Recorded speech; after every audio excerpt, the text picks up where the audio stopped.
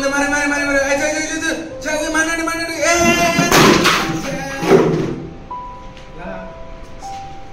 ला के गरेको तिमीले अङ्कल कसले नभन्दिनु ल किन नभन्नु यस्तो गर्यो बाबालाई भन्छु तिम्रो खुट्टा भाँच्यो भने मात्रै हुन्छ तपाईले जे भन्नुहुन्छ म त्यही गर्छु भन्छु अहिले भन्छु अनि नभन्दिनु नभन्दिनु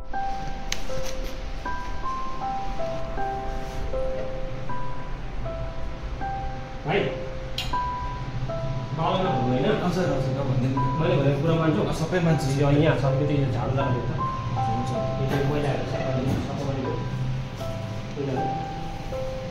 राम्ररी पढाउनु है भाइ यो त पछाडि पुग्छ पहिला म आएर त पछाडि पुग्छ कति राम्ररी काम गर्नुपर्छ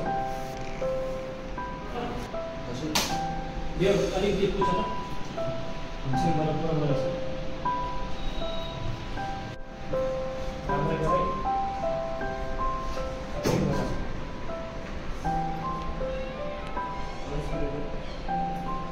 गर मलाई तपाईँसँग एउटा सानो कुरा गर्नु थियो के छ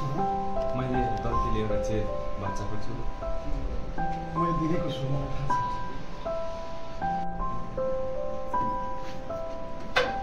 छ मैले सबै देखेको छु